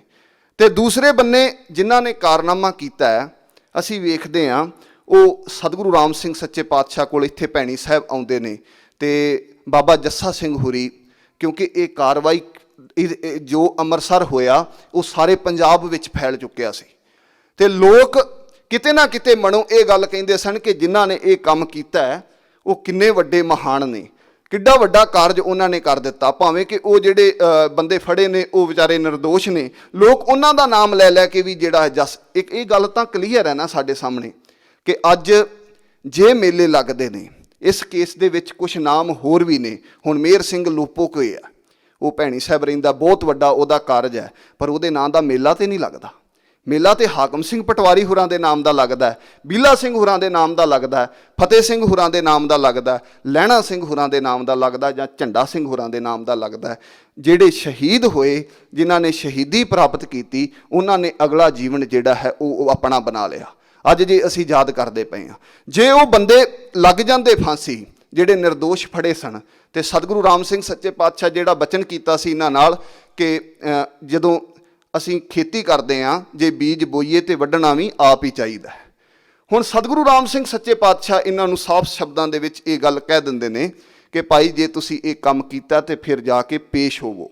ਇਹ ਗੱਲ ਬਹੁਤ ਵੱਡੀ ਸੀ, ਯਾਦ ਰੱਖਿਓ। ਜਦੋਂ ਸਾਰਾ ਕੇਸ ਬਣ ਗਿਆ, ਫਾਈਲਾਂ ਦੀਆਂ ਉਹ ਜਿਹੜੇ ਘਰ ਸਨ ਉਹ ਪੂਰੇ ਹੋ ਗਏ ਨੇ, ਉਹਨਾਂ ਨੇ ਗਵਾਹੀਆਂ ਬਣਾ ਲਈਆਂ, ਵਾਅਦਾ ਮੁਆਫ ਬਣਾ ਲਏ, ਸਾਰਾ ਕੁਝ ਅੰਗਰੇਜ਼ ਨੇ ਕਰ ਲਿਆ। ਝੂਠ ਦਾ ਜਿਹੜਾ ਪੁਲੰਦਾ ਜਿਹੜਾ ਰਚਿਆ ਗਿਆ ਹੈ। ਦੂਸਰੀ ਤਰਫ ਜਿਹੜੋ ਮੈਂ ਕੁਛ ਦਿਨ ਪਹਿਲਾਂ ਇਹ ਗੱਲ ਕੀਤੀ ਸੀ ਕਿ ਸਤਿਗੁਰੂ ਰਾਮ ਸਿੰਘ ਸੱਚੇ ਪਾਤਸ਼ਾਹ ਇੱਕ ਕੱਪੜੇ ਦੇ ਟੁਕੜੇ ਨੂੰ ਜਿਹੜਾ ਹੈ ਉਹ ਲੀਰ ਕਰਕੇ ਸੁੱਟਦੇ ਨੇ, ਅਤੇ ਕਹਿੰਦੇ ਨੇ ਵੀ ਇਹਨਾਂ ਦੀ ਨਿਆਂ ਅਵਸਥਾ ਜਿਹੜੀ ਹੈ, ਅਦਾਲਤੀ ਪ੍ਰਣਾਲੀ ਜਿਹੜੀ ਹੈ ਉਹ ਅਸੀਂ ਖਤਮ ਕਰ ਦਿੱਤੀ। ਮਤਲਬ ਉਹ ਸੰਸਾਰ ਦੇ ਸਾਹਮਣੇ ਉਹ ਜਿਹੜਾ ਝੂਠ ਸੀ ਸਾਰਾ ਉਹ ਨੰਗਾ ਕਰ ਦਿੱਤਾ। ਅਤੇ ਸਤਿਗੁਰੂ ਰਾਮ ਸਿੰਘ ਸੱਚੇ ਪਾਤਸ਼ਾਹ ਦੇ ਇਹਨਾਂ ਸਿੱਖਾਂ ਨੇ ਜਦੋਂ ਇਹ ਵਾਪਸ ਗਏ ਹੋਣਗੇ, ਤੁਸੀਂ ਹੁਣ ਇਸ ਗੱਲ ਨੂੰ ਸੋਚੋ ਕਿ ਕਾਰਨਾਮਾ ਕੀਤਾ ਉਹ ਬੁੱਚੜ ਮਾਰੇ, ਇਹ ਅੰਗਰੇਜ਼ ਦੇ ਖਿਲਾਫ ਸੀ, ਮੁਸਲਮਾਨਾਂ ਦੇ ਖਿਲਾਫ ਨਹੀਂ ਸੀ। ਅੰਗਰੇਜ਼ ਆਪਣੀ ਇੱਕ ਇਸ ਨੂੰ ਬਹੁਤ ਵੱਡੀ ਇਹ ਗੱਲ ਸਮਝਦਾ ਸੀ, ਆਪਣੀ ਹੇਠੀ ਸਮਝਦਾ ਸੀ ਕਿ ਸਾਡੇ ਨੱਕ ਦੇ ਥੱਲੇ ਏਡੀ ਵੱਡੀ ਕਾਰਵਾਈ ਹੋ ਗਈ। ਅਸੀਂ ਦਬਾ ਕੇ ਜਦੋਂ ਰਾਜ ਕਰਦੇ ਪਏ ਹਾਂ, ਜਦੋਂ ਕੋਈ ਬੋਲ ਨਹੀਂ ਸਕਦਾ, ਕੋਈ ਸਿੱਖ ਸਰਦਾਰ ਨਹੀਂ ਬੋਲ ਸਕਦਾ, ਤੇ ਕੌਣ ਇਹ ਕਾਰਨਾਮਾ ਜਿਹੜਾ ਹੈ ਉਹ ਕਰ ਗਿਆ? ਉਦੋਂ ਨਾਮਧਾਰੀ ਸਿੰਘ ਇਹ ਕਾਰਨਾਮਾ ਕਰਕੇ ਭੈਣੀ ਸਾਹਿਬ ਆਉਂਦੇ ਨੇ। ਸਤਿਗੁਰੂ ਰਾਮ ਸਿੰਘ ਸੱਚੇ ਪਾਤਸ਼ਾਹ ਇਹਨਾਂ ਨੂੰ ਪ੍ਰੇਰਦੇ ਨੇ, ਭਾਈ ਜਿਹੜਾ ਕਾਰਨਾਮਾ ਕੀਤਾ ਜੇ, ਉਹ ਜਿਹੜਾ ਕੁਛ ਤੁਸੀਂ ਬੀਜਿਆ ਉਹਨੂੰ ਵੱਢਣ ਵਾਸਤੇ ਆਪ ਤਿਆਰ ਹੋਵੋ ਅਤੇ ਵਾਪਸ ਜਾਓ। ਹੁਣ ਉੱਧਰ ਦੂਸਰੇ ਪਾਸੇ ਸਾਰਾ ਕੇਸ ਬਣਿਆ ਹੋਇਆ, ਅਦਾਲਤ ਚੱਲਦੀ ਪਈ ਹੈ, ਉਹਦੇ ਵਿੱਚ ਉਹਨਾਂ ਨੂੰ ਸਜ਼ਾਵਾਂ ਹੋਣ ਵਾਲੀਆਂ ਨੇ, ਅਤੇ ਇਹ ਬੰਦੇ ਜਿਹੜੇ ਨੇ ਜਾ ਕੇ ਪੇਸ਼ ਹੋ ਜਾਂਦੇ ਨੇ। ਲਹਿਣਾ ਸਿੰਘ, ਯਾਦ ਰੱਖਿਓ, ਬੀਲਾ ਸਿੰਘ ਉਸ ਸਮੇਂ ਸਿਰਫ 27 ਸਾਲ ਦਾ ਸੀ। ਬੀਲਾ ਸਿੰਘ ਪੁੱਤਰ ਨਿਹਾਲ ਸਿੰਘ ਸਿਰਫ 27 ਸਾਲ ਦਾ ਸੀ। ਲਹਿਣਾ ਸਿੰਘ ਪੁੱਤਰ ਮੁਸੱਦਾ ਸਿੰਘ ਇਹ ਸਿਰਫ 30 ਸਾਲ ਦਾ ਸੀ। ਉਮਰ ਵੇਖੋ ਇਹਨਾਂ ਦੀ। ਦੂਸਰੇ ਬੰਨੇ ਹਾਕਮ ਸਿੰਘ ਪਟਵਾਰੀ ਪੁੱਤਰ ਰੂਪਾ ਸਿੰਘ ਇਹ 35 ਸਾਲ ਦਾ ਹੈ, ਅਤੇ ਫਤਿਹ ਸਿੰਘ ਭਾਟੜਾ ਜਿਹੜਾ ਹੈ ਇਹ ਵੀ 35 ਸਾਲ ਦਾ ਹੈ। ਇਹ ਗ੍ਰਿਸ਼ਤੀ ਨੇ। ਇੱਥੋਂ ਤੱਕ ਵੀ ਆਖਿਆ ਗਿਆ ਕਿ ਹਾਕਮ ਸਿੰਘ ਦਾ ਤੇ ਵਿਆਹ ਵੀ ਨਵਾਂ ਹੋਇਆ ਸੀ। ਇਹ ਵੀ ਇਸ ਤਰ੍ਹਾਂ ਮੰਨਿਆ ਜਾਂਦਾ ਕਿ ਉਹਦਾ ਤੇ ਵਿਆਹ ਵੀ ਨਵਾਂ ਹੋਇਆ ਸੀ, ਹਜੇ ਤੇ ਹੱਥਾਂ ਤੋਂ ਮਹਿੰਦੀ ਵੀ ਨਹੀਂ ਸੀ ਲੱਥੀ। ਇਹ ਬੰਦੇ ਮਰਨ ਵਾਸਤੇ ਜਿਹੜੇ ਨੇ ਉਹ ਮੌਤ ਕਬੂਲਣ ਵਾਸਤੇ ਜਿਹੜੇ ਨੇ ਉਹ ਤਿਆਰ ਹੁੰਦੇ ਨੇ। ਅਤੇ ਇਹਨਾਂ ਨੇ ਜਦੋਂ ਜਾ ਕੇ ਪੇਸ਼ ਹੋਏ, ਉਹ ਪਹਿਲੀ ਗੱਲ ਉਹ ਮੰਨਣ ਕਿਵੇਂ? ਹੁਣ ਸਾਰੇ ਦਾ ਸਾਰਾ ਜਿਹੜਾ ਉਹਨਾਂ ਨੇ ਪ੍ਰੋਪੋਗੰਡਾ ਰਚਿਆ ਉਹ ਸਾਰੇ ਦਾ ਸਾਰਾ ਉਹ ਝੂਠਾ ਹੁੰਦਾ। ਉਸ ਮੰਨਣ ਕਿਵੇਂ? ਜਦੋਂ ਇਹਨਾਂ ਨੇ ਆਖਿਆ ਕਿ ਕਾਰਵਾਈ ਜਦੋਂ ਅਸੀਂ ਕੀਤੀ, ਅਸੀਂ ਦੱਸਦੇ ਹਾਂ ਜੋ ਕੇਸ ਤੁਸੀਂ ਬਣਾਇਆ ਉਹਦੇ ਵਿੱਚ ਬਿਲਕੁਲ ਵੀ ਸੱਚਾਈ ਨਹੀਂ ਹੈਗੀ, ਅਸੀਂ ਦੱਸਦੇ ਹਾਂ ਕੇਸ ਹੋਇਆ ਕਿਸ ਤਰ੍ਹਾਂ, ਇਹ ਸਾਰੀ ਘਟਨਾ ਵਾਪਰੀ ਕਿਵੇਂ। ਉਹਨਾਂ ਨੇ ਹਥਿਆਰ ਕੱਢ ਕੇ ਵਿਖਾਏ, ਉਹਨਾਂ ਕੱਪੜੇ ਕੱਢ ਕੇ ਵਿਖਾਏ ਕਿ ਆਹ ਕੱਪੜੇ ਸਨ ਉਸ ਦਿਨ ਅਸੀਂ ਪਾਏ ਹੋਏ, ਆਹ ਹਥਿਆਰ ਸਨ। ਉਹ ਕਾਰਵਾਈ ਜਿਹੜੀ ਉਹਨਾਂ ਦੀ ਜਿਹੜੀ ਖਿਲਾਰ ਦਿੱਤੀ ਜਾਂ ਉਸ ਕਾਰਵਾਈ ਨੂੰ ਹੋਰ ਰੂਪ ਦਿੱਤਾ, ਉਹਦੇ ਬਾਰੇ ਦੱਸਿਆ ਕਿ ਅਸੀਂ ਕਿਸ ਤਰ੍ਹਾਂ ਇਹ ਕਾਰਨਾਮਾ ਕੀਤਾ ਹੈ। ਅਤੇ ਫਿਰ ਇਹ ਵੀ ਦੱਸਿਆ ਕਿ ਸਤਿਗੁਰੂ ਰਾਮ ਸਿੰਘ ਸੱਚੇ ਪਾਤਸ਼ਾਹ ਸਾਨੂੰ ਆਖਿਆ ਕਿ ਆਪਣਾ ਦੋਸ਼ ਆਪ ਮੰਨੋ, ਇਸ ਕਰਕੇ ਅਸੀਂ ਵਾਪਸ ਆ ਗਏ ਹਾਂ। ਇਹ ਸਿੰਘ ਤਿਆਰ ਹੁੰਦੇ ਨੇ। ਫਿਰ ਵੇਖੋ, ਫਿਰ ਜਦੋਂ ਕੇਸ ਇਹਨਾਂ ਦੇ ਉੱਤੇ ਚਲੋ ਚੱਲਦਾ ਹੈ ਅਤੇ ਉਹ ਤਾਂ ਸਾਰਾ ਸਪਸ਼ਟ ਹੀ ਸੀ ਕਿ ਇਹਨਾਂ ਨੂੰ ਫਾਂਸੀ ਹੋਵੇਗੀ। ਲੋਕਾਂ ਨੂੰ ਵਿਖਾਉਣ ਵਾਸਤੇ ਫਾਂਸੀ ਜਿਹੜੀ ਹੈ ਸਾਹਮਣੇ ਬੋਰਡ ਦੇ ਦਿੱਤੀ ਜਾ ਰਹੀ ਹੈ। ਇਹਨਾਂ ਨੂੰ ਪੁੱਛਿਆ ਜਾਂਦਾ ਹੈ ਕਿ ਭਾਈ ਤੁਸੀਂ ਕੁਛ ਖਾਣਾ ਹੈ, ਕਿਉਂਕਿ ਹਰ ਮਰਨ ਵਾਲੇ ਨੂੰ ਉਹਦੀ ਆਖਰੀ ਇੱਛਾ ਪੁੱਛੀ ਜਾਂਦੀ ਹੈ ਵੀ ਤੁਸੀਂ ਕੁਛ ਖਾਣਾ ਹੈ, ਕਿਸੇ ਨੂੰ ਮਿਲਣਾ ਹੈ ਤੇ ਦੱਸ ਸਕਦੇ ਹੋ। ਇਹ ਦੋ ਹੀ ਗੱਲਾਂ ਕਰਦੇ ਨੇ, ਭਾਈ ਕੁਛ ਨਹੀਂ ਖਾਣਾ। ਅਕਾਲ ਪੁਰਖ ਸਤਿਗੁਰੂ ਰਾਮ ਸਿੰਘ ਨੇ ਸਾਨੂੰ ਨਾਮ ਦਿੱਤਾ, ਅਸੀਂ ਰੱਜੇ ਹੋਏ ਹਾਂ, ਇਸ ਕਰਕੇ ਸਾਨੂੰ ਹੋਰ ਕਿਸੇ ਚੀਜ਼ ਦੀ ਲੋੜ ਨਹੀਂ। ਦੂਸਰਾ, ਹੁਣ ਅੰਗ ਸਾਖ ਛੱਡ ਦਿੱਤੇ ਨੇ, ਰਿਸ਼ਤੇਦਾਰੀਆਂ ਅੰਗ ਸਾਖ ਛੱਡ ਦਿੱਤੀਆਂ ਨੇ। ਹੁਣ ਤਾਂ ਗੁਰੂ ਰਾਮ ਸਿੰਘ ਹੈ, ਹੋਰ ਅੰਗ ਸਾਖ ਨਹੀਂ। ਯਾਦ ਰੱਖਿਓ, ਹੀਰਾ ਸਿੰਘ ਹੁਰੀ ਧਨੋਲੇ ਵਾਲੇ ਥਾਣੇਦਾਰ ਨੇ ਫੜ ਲਏ। ਲਹਿਣਾ ਸਿੰਘ, ਹੀਰਾ ਸਿੰਘ, ਬਿਸ਼ਨ ਸਿੰਘ, ਸੂਬਾ ਕਾਬਲ ਵਾਲੇ, ਇਹ ਸਾਰੇ ਤੁਰੇ ਆਉਂਦੇ ਸਨ ਉਸ ਪਾਸਿਓਂ, ਸਕਰੋਦੀ ਵਾਲੇ ਪਾਸਿਓਂ। ਧਨੋਲੇ ਆਏ ਤੇ ਧਨੋਲੇ ਵਾਲੇ ਥਾਣੇਦਾਰ ਨੇ ਫੜ ਲਏ। ਧਨੋਲੇ ਵਾਲਾ ਥਾਣੇਦਾਰ ਹੀਰਾ ਸਿੰਘ ਨੂੰ ਜਾਣਦਾ ਸੀ, ਕਿਉਂਕਿ ਇਹ ਸਰਦਾਰ ਲੋਕ ਸਨ, ਇਹਨਾਂ ਨੂੰ ਜਾਣਦਾ ਸੀ। ਉਹ ਆਖਣ ਲੱਗਾ, ਉਹ ਤੇਰੇ ਪਿਓ ਦਾ ਨਾਮ ਕੀ ਹੈ? ਹੀਰਾ ਸਿੰਘ ਨੂੰ। ਹੀਰਾ ਸਿੰਘ ਆਖਣ ਲੱਗਾ, ਸਤਿਗੁਰੂ ਰਾਮ ਸਿੰਘ। ਉਹ ਆਂਦਾ, ਉਹ ਵੇਖੋ ਆ ਗਰੇਵਾਲਾਂ ਦਾ ਮੁੰਡਾ ਹੋ ਕੇ ਤੇ ਆਪਣਾ ਪਿਓ ਤਰਖਾਣ ਨੂੰ ਦੱਸਦਾ ਪਿਆ। ਉਹ ਕਹਿੰਦਾ, ਉਹ ਮੈਂ ਸਤਿਗੁਰੂ ਰਾਮ ਸਿੰਘ ਹੀ ਮੇਰਾ ਪਿਓ, ਹੋਰ ਮੇਰਾ ਪਿਓ ਕੋਈ ਨਹੀਂ। ਜੇ ਸਰਦਾਰ ਹੈ ਤਾਂ ਸਤਿਗੁਰੂ ਰਾਮ ਸਿੰਘ ਹੈ, ਮੈਂ ਸਾਰਾ ਕੁਝ ਮੇਰਾ ਸਤਿਗੁਰੂ ਰਾਮ ਸਿੰਘ ਹੈ। ਉਹ ਸਾਰੀ ਰਾਤ ਉਹਨੂੰ ਉਸ ਲੱਕੜ ਦੇ ਵਿੱਚ ਉਹਨੂੰ ਬੇੜੀਆਂ ਪਾ ਕੇ ਰੱਖਦਾ ਕਿ ਤੈਨੂੰ ਪਤਾ ਲੱਗੇ ਵੀ ਤੇਰੀ ਅਸਲੀਅਤ ਕੀ ਹੈ। ਪਰ ਹੀਰਾ ਸਿੰਘ ਇੱਕੋ ਗੱਲ ਕਹਿੰਦਾ, ਮੇਰਾ ਗੁਰੂ, ਮੇਰਾ ਪਿਓ ਸਤਿਗੁਰੂ ਰਾਮ ਸਿੰਘ ਹੈ, ਮੇਰਾ ਪਿੰਡ ਭੈਣੀ ਸਾਹਿਬ ਹੈ। ਇਹ ਉਹਨਾਂ ਲੋਕਾਂ ਦੀਆਂ ਗੱਲਾਂ ਨੇ ਜਿਨ੍ਹਾਂ ਨੇ ਅਗਲਾ ਜੀਵਨ ਜਿਹੜਾ ਹੈ, ਜਿਨ੍ਹਾਂ ਨੂੰ ਅਸੀਂ ਯਾਦ ਕਰਦੇ ਹਾਂ, ਕਿਉਂਕਿ ਉਹ ਸਦਾ ਲਈ ਅਮਰ ਹੋ ਗਏ। ਉਹ ਹਰ ਸਾਲ ਜਦੋਂ 15 ਸਤੰਬਰ ਆਏਗੀ, ਹਰ ਸਾਲ ਲਹਿਣਾ ਸਿੰਘ, ਫਤਿਹ ਸਿੰਘ, ਹਾਕਮ ਸਿੰਘ, ਅਸੀਂ ਉਹਨਾਂ ਨੂੰ ਯਾਦ ਕਰਾਂਗੇ।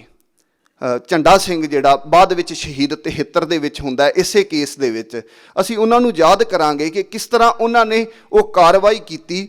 ਫਿਰ ਜਦੋਂ ਸਾਰਾ ਕੁਝ ਨਿਕਲ ਸਕਦੇ ਸਨ ਉਸ ਕੇਸ ਦੇ ਵਿੱਚੋਂ, ਕੁਝ ਵੀ ਉਸ ਕੇਸ ਵਿੱਚ ਉਹਨਾਂ ਦੇ ਖਿਲਾਫ ਨਹੀਂ ਸੀ, ਫਿਰ ਆਣ ਕੇ ਆਪਣੇ ਆਪ ਨੂੰ ਪੇਸ਼ ਕੀਤਾ ਤੇ ਸਤਿਗੁਰੂ ਰਾਮ ਸਿੰਘ ਸੱਚੇ ਪਾਤਸ਼ਾਹ ਜੀ ਦੇ ਹੁਕਮ ਅਨੁਸਾਰ ਫਿਰ ਉਹ ਫਾਂਸੀਆਂ ਤੇ ਝੁੱਲੇ। ਫਾਂਸੀਆਂ ਲੋਕਾਂ ਦੇ ਵੇਖਦਿਆਂ, ਲੋਕ ਦੋ ਤਰ੍ਹਾਂ ਦੇ ਵੇਖਣ ਵਾਸਤੇ ਆਏ। ਇੱਕ ਉਹ ਸਨ ਜਿਹੜੇ ਵੇਖਣਾ ਚਾਹੁੰਦੇ ਸਨ ਇਹ ਕੌਣ ਨੇ ਜਿਨ੍ਹਾਂ ਨੇ ਐਡੀ ਵੱਡੀ ਕਾਰਵਾਈ ਕਰ ਦਿੱਤੀ, ਅੰਗਰੇਜ਼ ਸਰਕਾਰ ਦੇ ਖਿਲਾਫ ਜਿਹੜੀ ਸੀ ਆਵਾਜ਼ ਬੁਲੰਦ ਕਰ ਦਿੱਤੀ। ਇੱਕ ਉਹ ਸਨ ਜਿਹੜੇ ਵੇਖਣਾ ਚਾਹੁੰਦੇ ਸਨ ਕਿ ਜਦੋਂ ਕੋਈ ਨਹੀਂ ਬੋਲਦਾ ਉਦੋਂ ਕੌਣ ਬੋਲਿਆ ਹੈ, ਕੌਣ ਹਨ ਇਹ ਲੋਕ। ਉਹ ਵੇਖਣ ਵਾਸਤੇ ਆਏ ਹੋਏ ਲੋਕ ਜਿਹੜੇ ਨੇ ਉਹਨਾਂ ਦੇ ਚਿਹਰਿਆਂ ਵੱਲ ਵੇਖਦੇ ਨੇ, ਉਹਨਾਂ ਦੇ ਹਾਵ ਭਾਵ ਵੱਲ ਵੇਖਦੇ ਨੇ। ਉਹ ਸਿੰਘ ਜਿਹੜੇ ਨੇ ਉਹ ਅੰਮ੍ਰਿਤਸਰ ਸਰੋਵਰ ਦੇ ਵਿੱਚੋਂ ਦਰਬਾਰ ਸਾਹਿਬ ਸਰੋਵਰ ਦੇ ਵਿੱਚੋਂ ਇਸ਼ਨਾਨ ਕਰਦੇ ਨੇ। ਇਸ਼ਨਾਨ ਕਰਨ ਤੋਂ ਬਾਅਦ ਢੋਲਕੀ ਗਲ ਦੇ ਵਿੱਚ ਪਾਈ ਹੋਈ ਹੈ, ਸ਼ਬਦ ਗਾਉਂਦੇ। ਕੋਈ ਅੰਗਰੇਜ਼ ਦਾ ਸਭ ਤੋਂ ਵੱਡਾ ਹਥਿਆਰ ਤੇ ਇਹ ਸੀ ਨਾ ਕਿ ਮੌਤ ਦੇ ਦਿਆਂ, ਮੌਤ ਦਾ ਡਰ ਹੈ, ਤਸੀਹਾਂ ਦਾ ਡਰ ਹੈ। ਤੇ ਉਸ ਨੂੰ ਮੈਂ ਇਸ ਤਰ੍ਹਾਂ ਕਹਾਂ ਕਿ ਉਸ ਮੌਤ ਨੂੰ ਵੀ ਜਿਹੜਾ ਹੈ ਉਹ ਬਿਲਕੁਲ ਇਸ ਤਰ੍ਹਾਂ ਲੈ ਰਹੇ ਨੇ ਕਿ ਜਿਸ ਤਰ੍ਹਾਂ ਅਗਲਾ ਜੀਵਨ ਸਾਨੂੰ ਮਿਲਣਾ ਤੇ ਉਹਨੇ ਬਿਲਕੁਲ ਸਾਨੂੰ ਤੰਗ ਨਹੀਂ ਕਰਨਾ। ਹੱਸਦੇ ਹੋਏ, ਉੱਥੋਂ ਸ਼ਬਦ ਪੜ੍ਹਦੇ ਹੋਏ, ਗਾਉਂਦੇ ਹੋਏ ਲੋਕ ਵੇਂਦੇ ਨੇ ਇਹ ਕੌਣ ਲੋਕ ਨੇ ਜਿਹੜੇ ਮੌਤ ਤੋਂ ਪਹਿਲਾਂ ਗਾ ਰਹੇ ਨੇ, ਜਿਹੜੇ ਮੌਤ ਤੋਂ ਪਹਿਲਾਂ ਗਾ ਰਹੇ ਨੇ। ਤੇ ਉੱਥੇ ਆਉਂਦੇ ਨੇ ਕੰਪਨੀ ਬਾਗ, ਜਿਹੜਾ ਆਪ ਜੀ ਨੇ ਬੋਰਡ ਬਹੁਤਿਆਂ ਨੇ ਉਹਦੇ ਦਰਸ਼ਨ ਕੀਤੇ ਨੇ ਉਸ ਸਥਾਨ ਦੇ। ਉਸ ਜਗ੍ਹਾ ਦੇ ਉੱਤੇ ਲੋਕਾਂ ਦੇ ਵਿੰਦਿਆਂ ਹੋਇਆਂ ਇਹਨਾਂ ਚਾਰਾਂ ਨੇ ਆਪਣੇ ਗਲਾਂ ਦੇ ਵਿੱਚ ਉਹ ਫਾਂਸੀ ਦੇ ਜਿਹੜੇ ਫੰਦੇ ਸਨ ਉਹ ਪਾਏ। ਸ਼ਹੀਦ ਹੋਏ ਹਾਕਮ ਸਿੰਘ ਪਟਵਾਰੀ ਮੋੜ ਵਾਲਾ, ਉਹਦੇ ਮਾਤਾ, ਵਿਧਵਾ ਮਾਤਾ ਆਪਣੇ ਘਰ ਦੀਆਂ ਕੜੀਆਂ ਜਿਹੜੀਆਂ ਨੇ ਉਹ ਲਾ ਕੇ ਗੱਡੇ ਤੇ ਭਰ ਕੇ ਲਿਆਉਂਦੀ ਹੈ ਤੇ ਸੰਸਕਾਰ ਦੇ ਵਾਸਤੇ। ਇਹ ਵੀ ਇੱਕ ਮਾਤਾ ਦੀ ਮਹਾਨ ਜਿਹੜੀ ਤਪੱਸਿਆ ਕਿ ਆਪਣੇ ਪੁੱਤਰਾਂ ਦੇ ਸੰਸਕਾਰ ਦੇ ਵਾਸਤੇ ਘਰ ਦੀ ਛੱਤ ਜਿਹੜੀ ਹੈ ਉਹ ਉਧੇੜ ਕੇ ਉਹਦੀਆਂ ਕੜੀਆਂ, ਉਹਦੇ ਬਾਲੇ, ਉਹਦਾ ਬਾਲਣ ਜਿਹੜਾ ਉਹ ਲੈ ਕੇ ਆਉਂਦੀ ਹੈ ਕਿ ਆਪਣੇ ਪੁੱਤਰਾਂ ਦਾ ਸੰਸਕਾਰ ਕਰਨਾ ਹੈ। ਇਹ ਉਹ ਉਮਰ ਜੀਵੜੇ ਸਨ ਸਤਿਗੁਰੂ ਰਾਮ ਸਿੰਘ ਸੱਚੇ ਪਾਤਸ਼ਾਹ ਦੇ, ਜਿਨ੍ਹਾਂ ਨੇ ਦੇਸ਼ ਦੀ ਆਜ਼ਾਦੀ ਦੇ ਵਾਸਤੇ, ਜਦੋਂ ਵੀ ਆਜ਼ਾਦੀ ਦੀ ਮੂਵਮੈਂਟ ਦੇ ਇਹ ਕਿੱਸੇ ਚੱਲਣਗੇ ਉਦੋਂ ਇਹਨਾਂ ਦਾ ਨਾਮ ਆਏਗਾ ਕਿ ਜਦੋਂ ਅੰਗਰੇਜ਼ ਆਪਣੇ ਆਪ ਨੂੰ ਇਹ ਸਮਝਦਾ ਹੈ ਕਿ ਅਸੀਂ ਬਿਲਕੁਲ ਕਾਬਜ਼ ਹਾਂ। ਕਿਉਂਕਿ ਉਹ ਕਰਦਾ ਵੀ ਇਹ ਕੰਮ ਤਾਂ ਹੈ, ਉਹ ਵੇਖਣਾ ਚਾਹੁੰਦਾ ਹੈ ਕਿ ਕੋਈ ਉੱਠਦਾ। ਲਾਰਡ ਡਲਹੌਜੀ ਨੇ ਇਹ ਗੱਲ ਸ਼ੁਰੂ ਦੇ ਵਿੱਚ ਹੀ ਆਖ ਦਿੱਤੀ ਸੀ ਅੰਗਰੇਜ਼ ਸਿਸਟਮ ਨੂੰ। ਉਹਨੇ ਇੱਕ ਚਿੱਠੀ ਦੇ ਵਿੱਚ ਇਹ ਗੱਲ ਆਖੀ ਸੀ ਬੋਰਡ ਆਫ ਡਾਇਰੈਕਟਰਸ ਨੂੰ, ਜਿਹੜੀ ਉਹਦੀ ਚਿੱਠੀ ਹੈ ਉਹਦੇ ਵਿੱਚ ਉਹ ਲਿਖਦਾ ਕਿ ਸਿੱਖਾਂ ਨੂੰ ਦਬਾਉਣ ਲਈ ਜਿਹੜੀ ਪਹਿਲ ਸਾਡਾ ਕੰਮ ਹੈ ਪੰਜਾਬ ਦੇ ਵਿੱਚ ਉਹ ਇਹ ਹੈ ਕਿ ਸਿੱਖਾਂ ਨੂੰ ਦਬਾਉਣਾ, ਕਿਉਂਕਿ ਇਹਨਾਂ ਨੇ ਰਾਜ ਤੋਂ ਬਾਅਦ ਗੁਲਾਮੀ ਲਈ ਹੈ ਤੇ ਇਹ ਕਦੇ ਵੀ ਟਿਕ ਕੇ ਨਹੀਂ ਬੈਠਣਗੇ। ਤੇ ਉਹ ਜਦੋਂ ਇਹ ਸਾਰੀ ਕਾਰਵਾਈ ਪਾਉਂਦੇ ਨੇ, ਉਹ ਵੱਖਰੇ ਵੱਖਰੇ ਕਾਨੂੰਨ ਪਾਸ ਕਰਦੇ ਨੇ, ਉਦੋਂ ਕੋਈ ਬੋਲਦਾ ਨਹੀਂ ਤੇ ਉਹਨਾਂ ਦੇ ਮਨ ਵਿੱਚ ਹੈ ਕਿ ਹੁਣ ਕੋਈ ਬੋਲੇਗਾ ਵੀ ਨਹੀਂ। ਪਰ ਸਤਿਗੁਰੂ ਰਾਮ ਸਿੰਘ ਸੱਚੇ ਪਾਤਸ਼ਾਹ ਦੇ ਸਿੱਖਾਂ ਨੇ ਐਡੇ ਵੱਡੇ ਕਾਰਨਾਮੇ ਨੂੰ ਕੀਤਾ। ਆਉਣ ਵਾਲੇ ਸਮੇਂ ਦੇ ਵਿੱਚ ਆਪਾਂ ਉਹਨਾਂ ਦੋਵਾਂ ਸਾਕਿਆਂ ਅਤੇ ਸਤਿਗੁਰੂ ਰਾਮ ਸਿੰਘ ਸੱਚੇ ਪਾਤਸ਼ਾਹ ਦੇ ਪ੍ਰਦੇਸ਼ ਗਮਨ ਬਾਰੇ ਵੀ ਜਿਹੜਾ ਹੈ ਉਹਦੇ ਉੱਤੇ ਵਿਚਾਰ ਕਰਾਂਗੇ। ਇੰਨੀਆਂ ਕੁ ਅਰਜ਼ਾਂ ਕਰਦਾ ਹੋਇਆ ਖਿਮਾ ਦਾ ਜਾਚਕਾਂ। ਸਤਿ ਸ੍ਰੀ ਅਕਾਲ।